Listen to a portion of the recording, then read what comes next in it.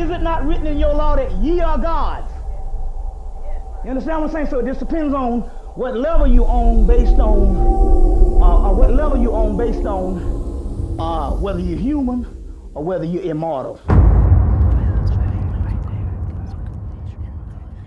At ease, it's your boy Soul Immortal. Today, brothers, I want to talk about 3 things that I did to reinvent myself, right? Because, if you would have met me, 8, 9, 10 years ago, man, you would have met a completely different soul, right?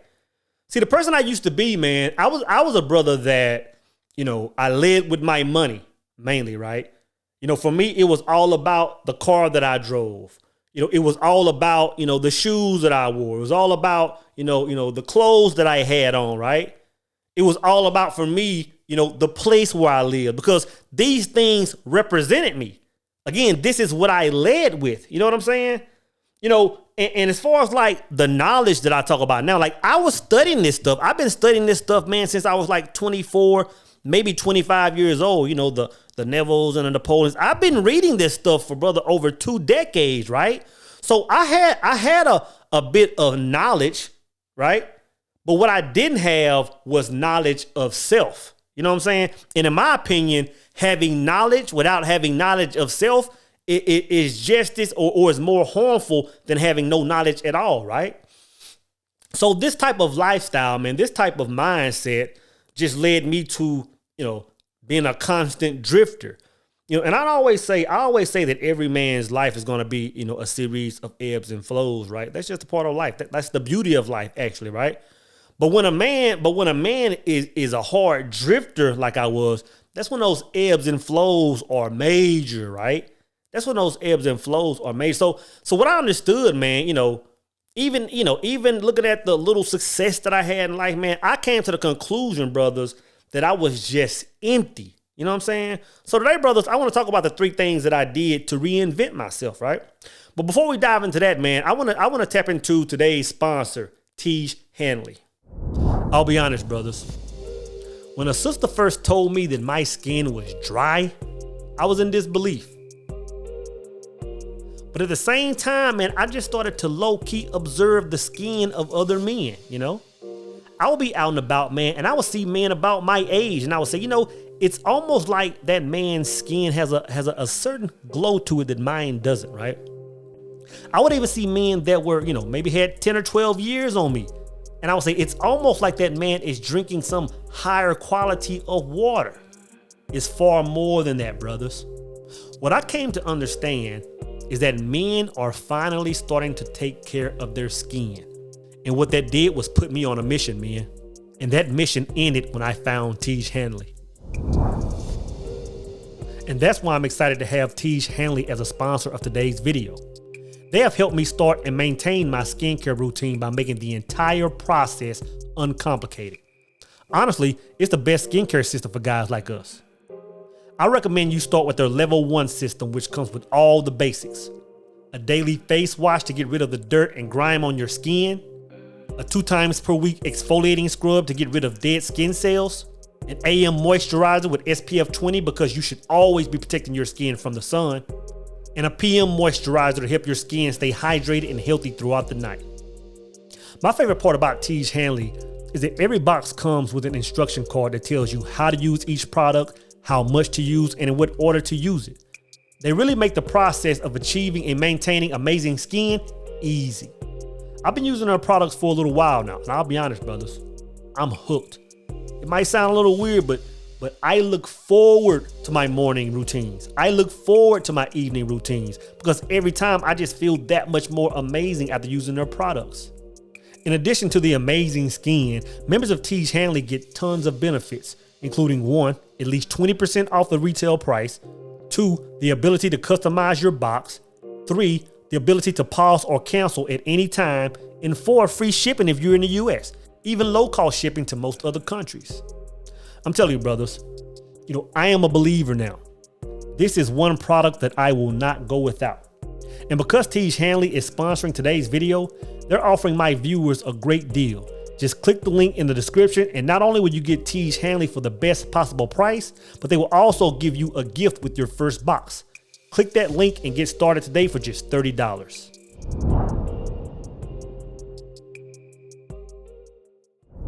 So brothers, one of the first things I did was I stopped dating, right?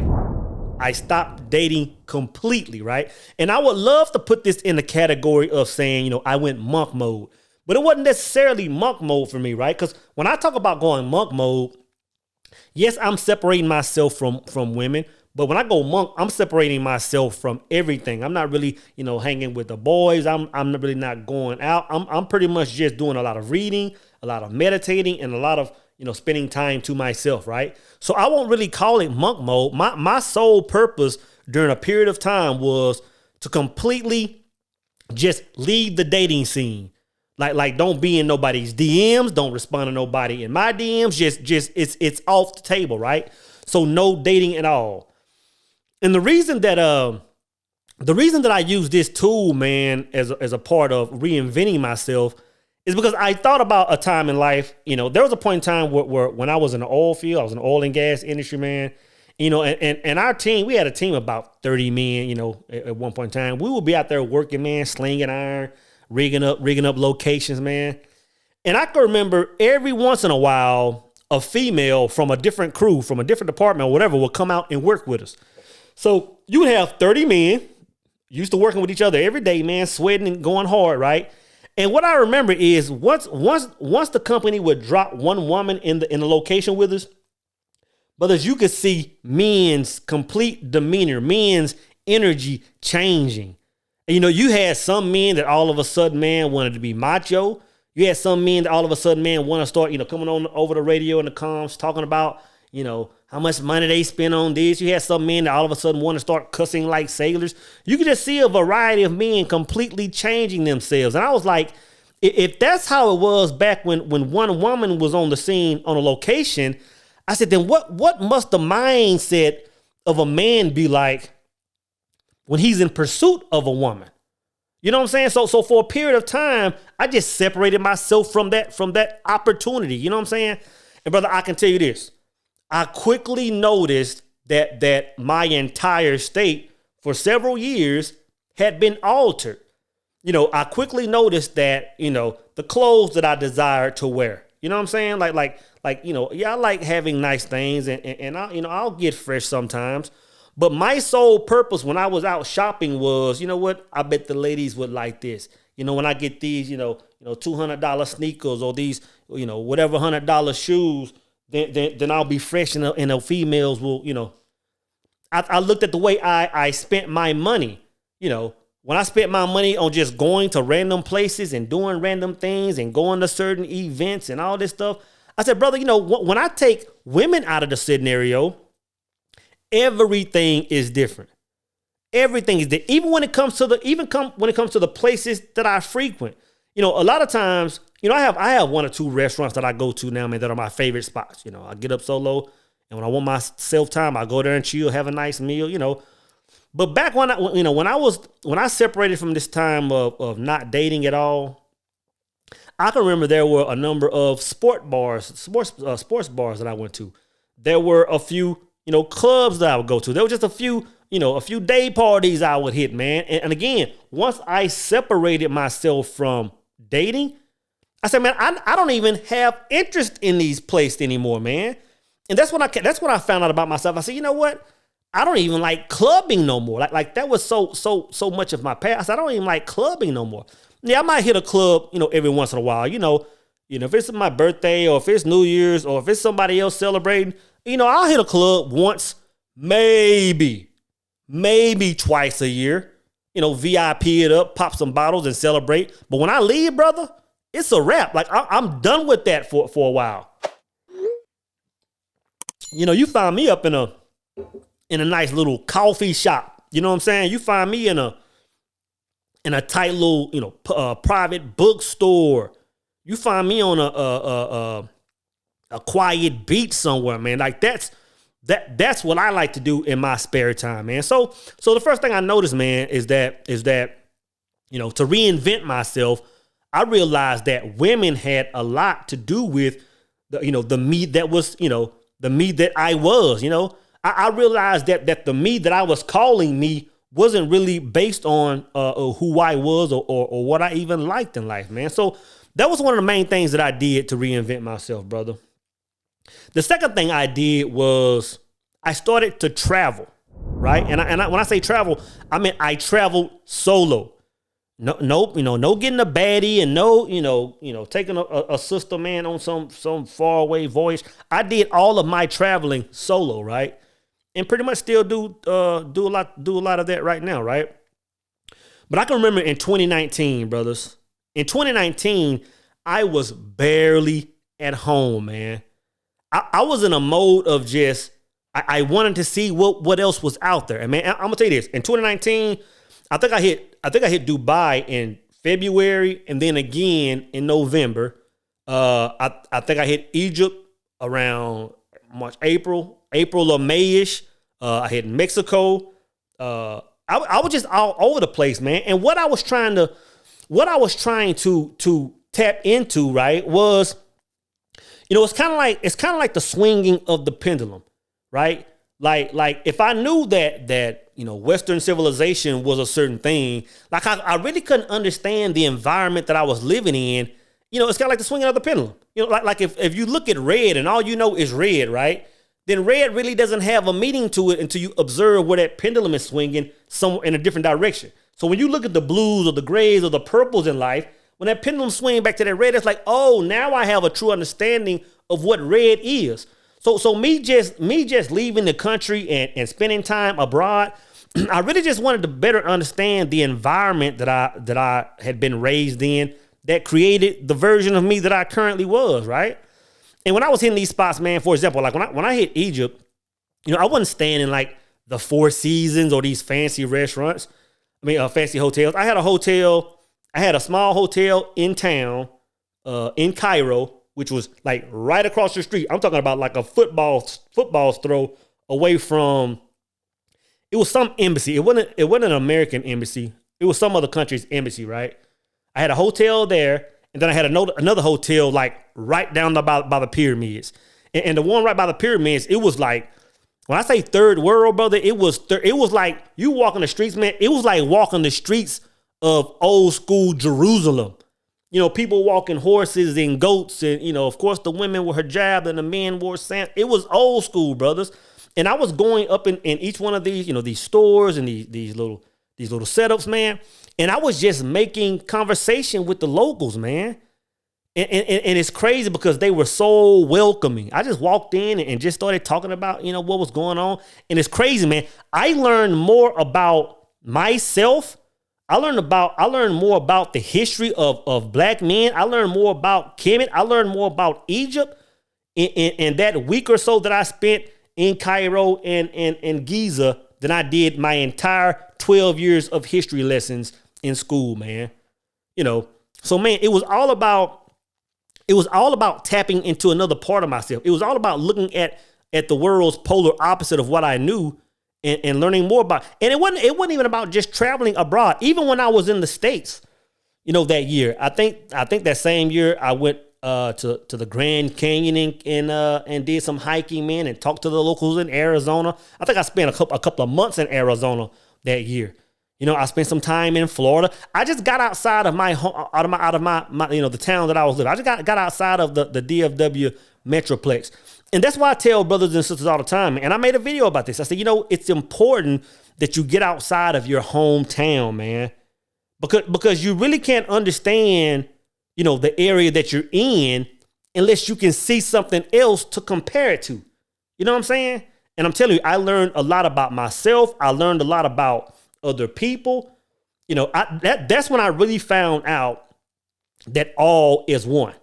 I always say that, man, that if you're still the kind of person that looks at a person of a different race, a different religion, a different skin color, different whatever, and you still see some kind of divide, you still see some kind of difference, you still see I'm telling you, brother, you're not tapped in, man. To be fully tapped in is when you can see everybody as one.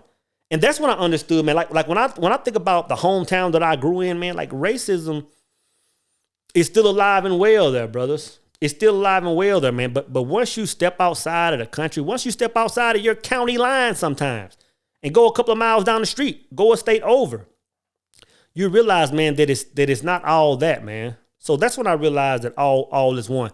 And I'm telling you, man, that had a huge part in the reinvention of myself. Huge part in the reinvention of myself.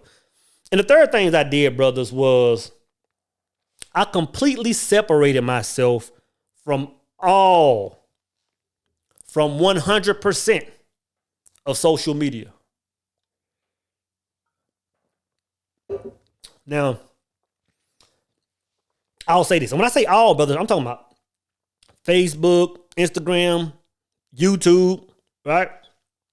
This is what I noticed about Facebook, man. This is why Facebook is, to me personally, is so dangerous.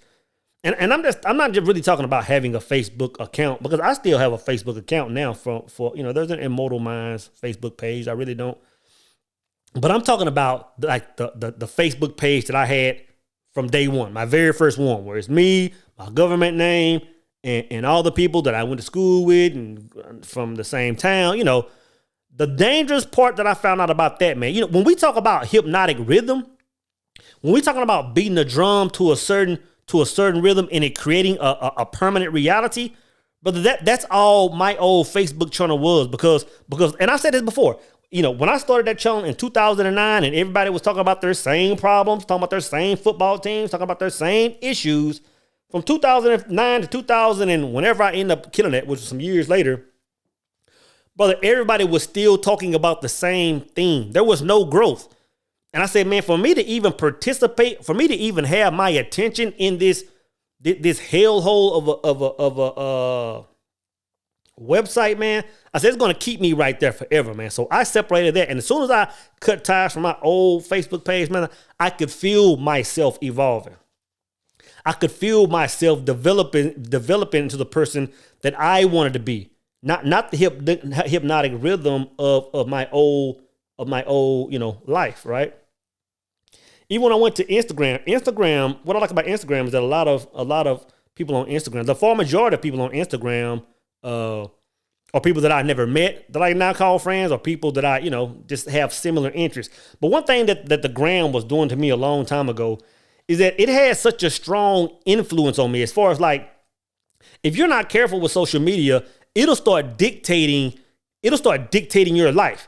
You'll start dictating your life on, your future posts will dictate where you go out to eat. Your future posts will dictate where you go to vacation this year. It'll dictate what kind of person you want to start dating. It'll start dictating your life, because all of your decisions are now based on future posts. And you begin living life in reverse, and brother, that's hella dangerous. That's super dangerous, man. So I separated myself from the gram and found myself. In other words, I was like, what things do I want to do if I'm not going to be posting something on the gram? What places do I want to visit? What kind of women do I want to date if I'm not going to be posting on the gram? And I found a part of myself that I never found, man. It was part of my reinvention. Even YouTube, man. Like, and when I got off YouTube, man, you got to understand, this was during the time of, I had my old channel. For y'all that follow my old channel, right? I quit YouTube, and I was getting the bag from YouTube when I got off YouTube, right? If you look at some of my old videos, man, when I was saying, when I was talking about men and women and red pill this and don't do this and don't, all this stuff, brother, I was getting the bag.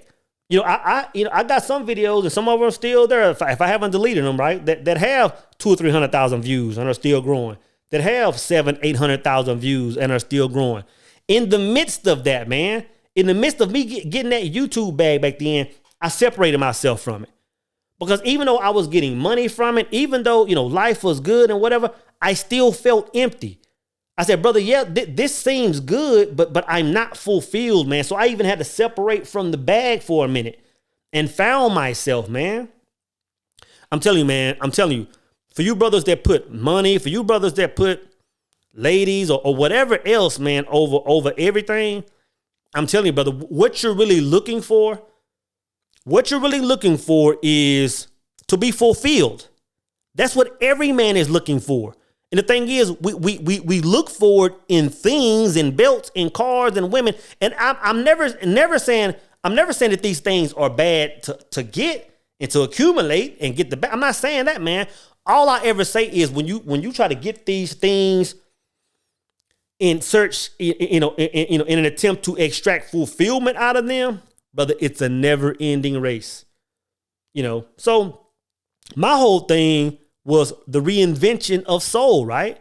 So I had to just cut ties with a lot of stuff that I love doing and find myself, man. And I'm telling you, man, I've never been more fulfilled in my life.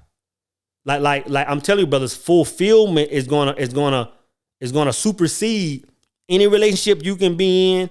It's gonna supersede any dollar amount you can get, brothers. So yeah.